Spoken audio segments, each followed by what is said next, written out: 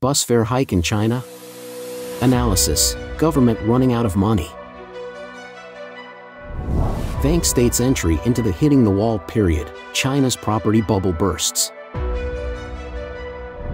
Xi Jinping's strict real estate oversight may reignite banking industry panic. China's CDC's chief epidemiologist Zunyou dies of cancer. Keqiang confessed to U.S. ambassador about China's fake GDP figures. It's all covered in today's China Truths.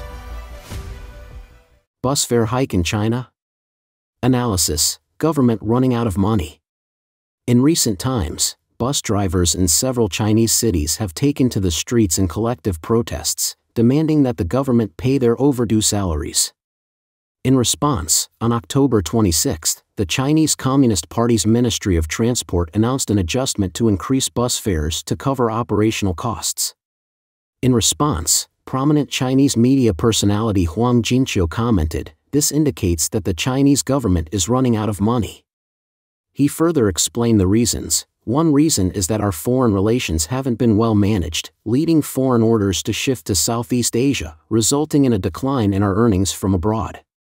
Secondly, through this questionable foreign policy, the CCP has been lavishing money overseas, depleting China's reserves. Consequently, the Chinese government now finds itself short of funds.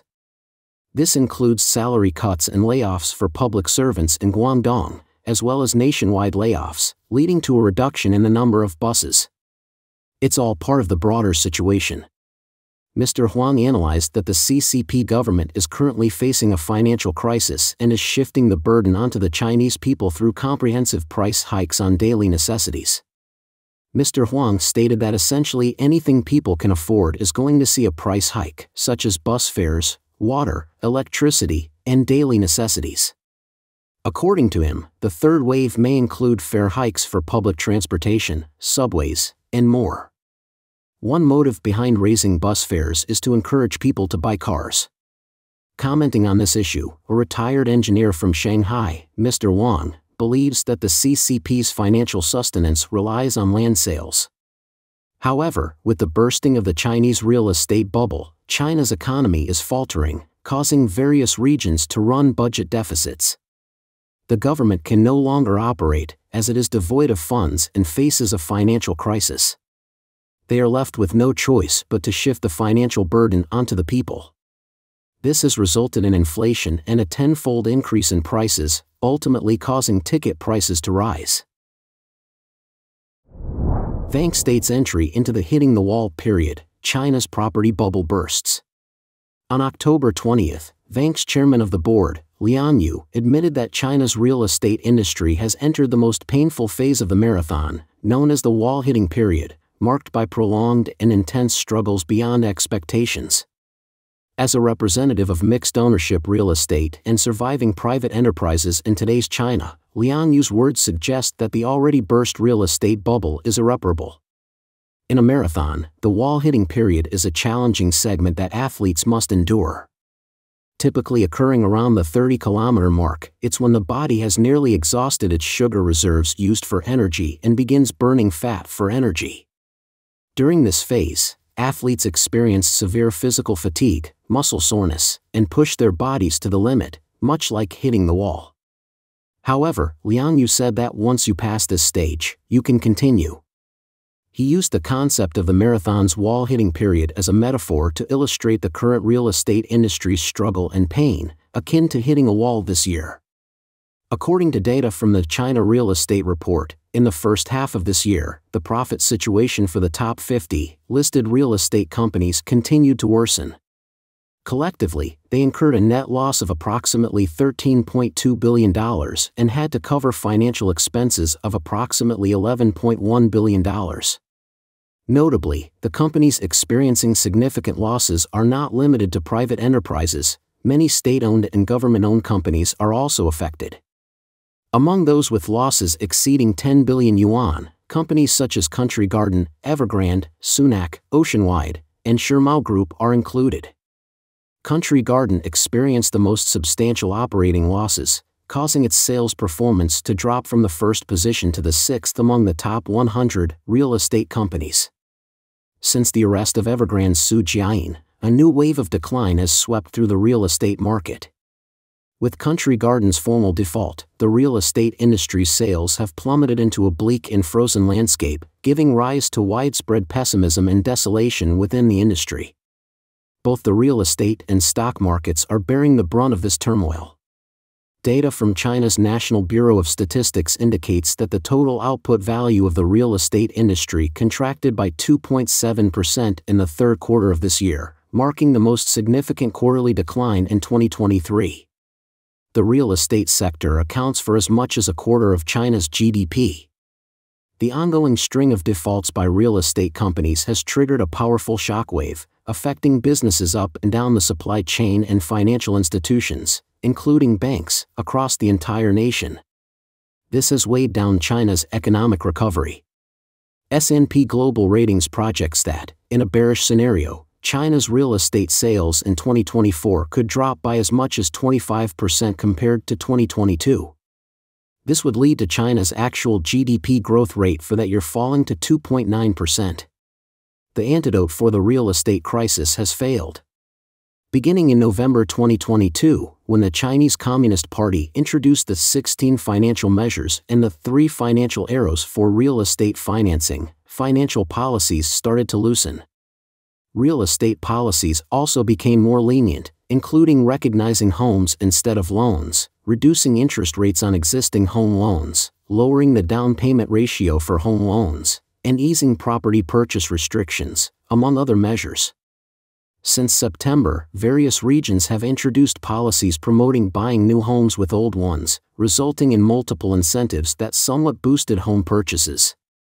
However, over 70% of private real estate companies have already defaulted on their debts, and obtaining further financing support from banks has become challenging.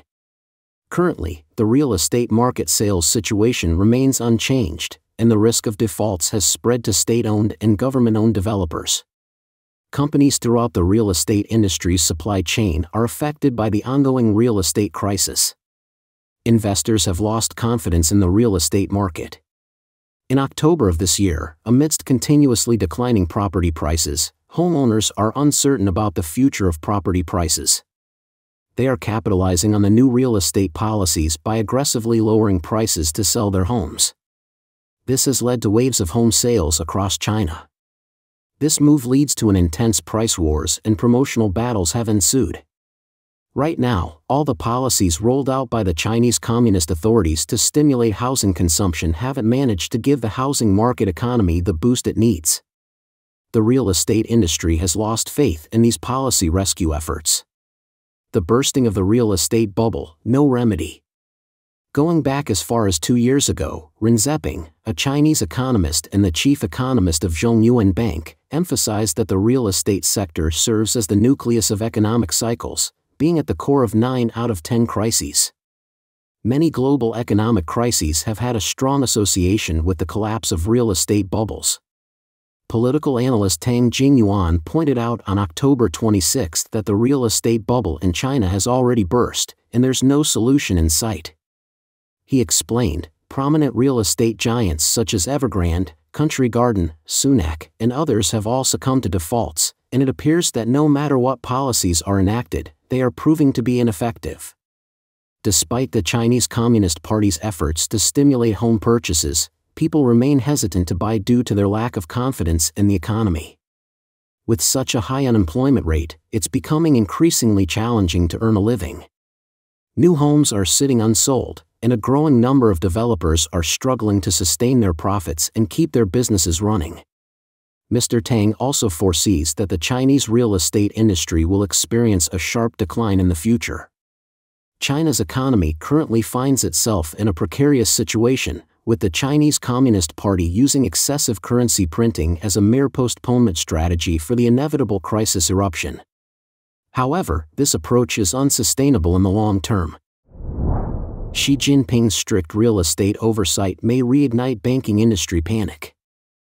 In the midst of turmoil in China's real estate sector, especially following the arrest of Zunyou, the founder of Evergrande Group, which has sent shockwaves both domestically and internationally, insiders have revealed that the Chinese government is expanding its investigations to encompass banks and financial institutions that unlawfully facilitated property developers.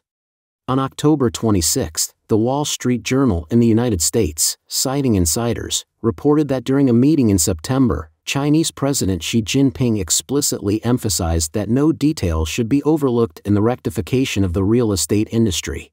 He stressed that while they could tolerate a slowdown in the real estate market leading to a deceleration of economic growth, the anti-corruption campaign must continue without interruption. Individuals under investigation include the former head of the Bank of China, Liu Lunge. On October 16, Liu Lunge was arrested on charges including bribery and illegal loan disbursement. Insiders indicated that some of the allegations against Liu Lunge are related to the bank's provision of loans to Evergrande. Regarding this matter, Taiwanese financial expert Huang Shirtsong shared his thought that Xi Jinping may be seizing this opportunity to eliminate political rivals and, at the same time, expose the relationships between politics and business that he perceives as problematic in the past.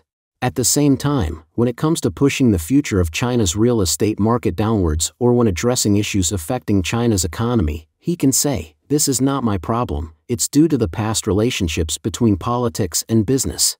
I am simply upholding the banner of anti-corruption, and even if it means sacrificing the economy, I believe I can gain the support of some of the people." Currently, the Chinese authorities have been investigating whether Su Jiayin transferred assets overseas. Insiders have also revealed that another focus of the investigation into Su Jiayin involves potential illegal fundraising by Evergrande, such as bribing bank officials in exchange for loans. The report also mentioned that the authorities are paying special attention to the 20 largest creditors of Evergrande, including state-owned banks and banks controlled by local governments.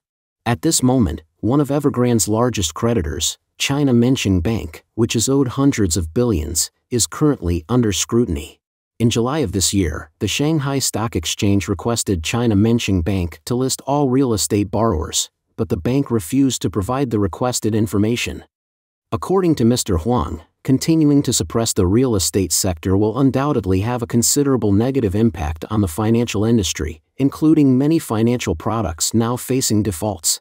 This may lead to a domino effect, causing even banks with less direct connections to face defaults. So, he stated that in the current situation, the adverse effects on the real estate sector will certainly have a significantly detrimental impact on the financial industry. American economist Davy J. Wang claimed that in addition to bank loans, what's even more concerning in China is the extensive fraud and deception carried out by securities companies, various manipulative practices related to going public, and deceiving ordinary citizens into investments. This is the real core issue in China's financial industry. This problem might be even more severe than that in the banking sector, so it appears that financial issues cannot be entirely eradicated at the moment. In recent months, numerous setbacks have occurred with China's real estate giants, causing investors to be cautious, while prospective homebuyers can only hope for the best. Although there has been hope from external sources that the CCP would provide comprehensive assistance to the real estate sector to prevent the crisis from spreading to the financial industry, so far, Beijing has only taken some scattered measures to support developers and stimulate home buying. However, they have yet to introduce an all-encompassing plan to assist developers in debt restructuring, thereby reducing losses for banks and other stakeholders. Expert Huang Shirtsong suggests that, ultimately, the financial sector may suffer the most from the collapse of the real estate market. In the coming years, the financial industry in China may face even more severe repercussions due to its entanglement with the real estate sector. China CDC's chief epidemiologist Wu Zunyou dies of cancer. On October 27, Wu Zunyou, a renowned public health expert and the chief epidemiologist of the Chinese Center for Disease Control and Prevention, CDC, passed away at the age of 60 due to pancreatic cancer. Wu Zunyou was a prominent advocate of the zero-COVID strategy during China's relentless battle against the COVID-19 pandemic. Upon hearing the sorrowful news of his passing, a wave of appreciation from many mainland Chinese netizens emerged, expressing gratitude for Wu Zunyou's unwavering dedication during the relentless pandemic battle. However, some couldn't help but recall the harrowing memories of the Shanghai lockdown during the pandemic and raised a haunting question: could it be that the spirits of those who perished during the Shanghai lockdown have called him to their side? During the pandemic, Wu defended the zero-COVID policy in various media interviews and through his personal Weibo account. In March 2022, he suggested that achieving societal zero could be attainable with timely rounds of mass nucleic acid testing in outbreak areas. However, despite Shanghai and Beijing implementing strict measures and frequent mass nucleic acid testing, they were unable to achieve the zero-COVID objective. On September 16, 2022, Chongqing identified China's first monkeypox case among individuals undergoing quarantine. In response, Zunyou posted on Weibo, advising people not to have skin contact with individuals returning from abroad within the past 3 weeks and to avoid skin contact with strangers. This statement was criticized by many netizens, who considered it racially biased. Keqiang confessed to U.S. ambassador about China's fake GDP figures. The unexpected passing of former Chinese Premier Keqiang at the age of 68, along with his mysterious demise, has left both national and international public opinion in a state of astonishment. In this context, the media has re-examined the statements he made during his time in office, with particular attention paid to his confession about China's fake GDP figures. In a revelation by WikiLeaks, a U.S. State Department memorandum came to light. In March 2007, when Keqiang served as the party secretary of Liaoning Province, he candidly informed visiting U.S. Ambassador Clark T. Rant that China's GDP figures were man-made and consequently, not to be trusted. As an economist well acquainted with the intricacies of the Chinese economy, Keqiang articulated his preference for evaluating the economy through 3 alternative indicators: industrial electricity consumption, railway freight volume, and the volume of bank loans issued. This stance taken by Keqiang has attracted attention from the international community. Towards the end of 2010, The Economist constructed the Keqiang Index based on these very indicators. This index was found to provide a more accurate reflection of China's real economic conditions compared to the official GDP data put forth by the Chinese Communist Party. Keqiang tells the truth, admits China's economy is in bad shape. On May 28, 2020, during a press conference following the annual sessions of the National People's Congress and the Chinese People's Political Consultative Conference, he revealed that 600 million Chinese citizens had a monthly income of just 1,000 yuan. In an average city, this income wouldn't even cover rent, and the situation was compounded by the ongoing pandemic. Keqiang's statement caused a significant stir and was seen as a response to Xi Jinping's proclamation in 2020 that China would achieve comprehensive poverty alleviation and build a moderately prosperous society within the year.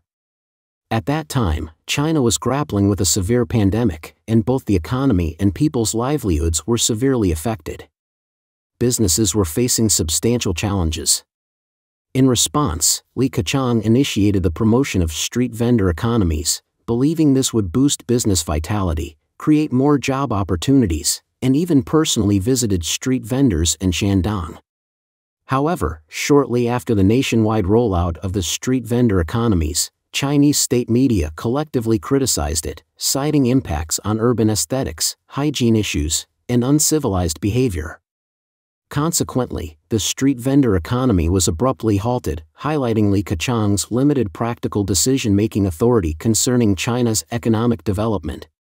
In May 2022, during an economic conference attended by over 100,000 officials from across the country, Keqiang publicly admitted China's unfavorable economic conditions, emphasizing that in certain aspects, the difficulties are, to some extent, more severe than those experienced during the pandemic in 2020. He urged local governments to revitalize the economy.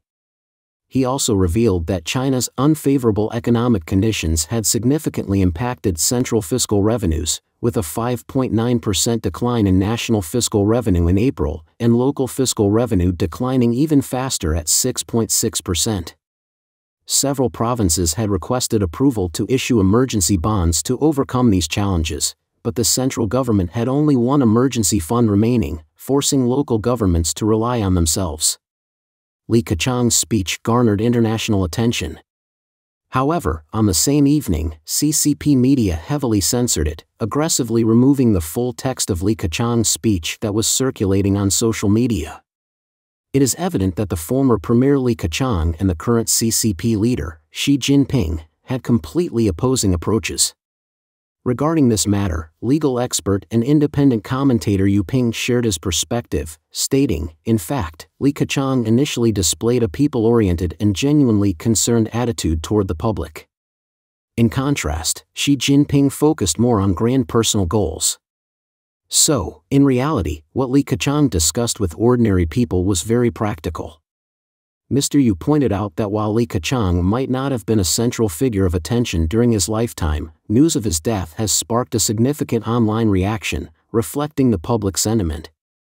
Yu Ping acknowledged that the current Chinese society is facing numerous crises, and the sudden death of Li Keqiang may or may not lead to social unrest, depending on future developments. However, this event has sent shockwaves through many within the system. Importantly, it also threatens Xi Jinping's authority. Therefore, how Xi handles Li Keqiang's death and communicates with his high-level personnel is crucial. Mishandling it could lead to more betrayals or distancing from him. Mr. Yu claimed that this is a highly significant event. Furthermore, some are concerned that the sudden death of a CCP leader could trigger a large-scale public movement, similar to the June 4th event after the death of Hu Yaobang in 1989. Mr. Yu said that we need time to observe because the news has just broken, and society needs time to digest it.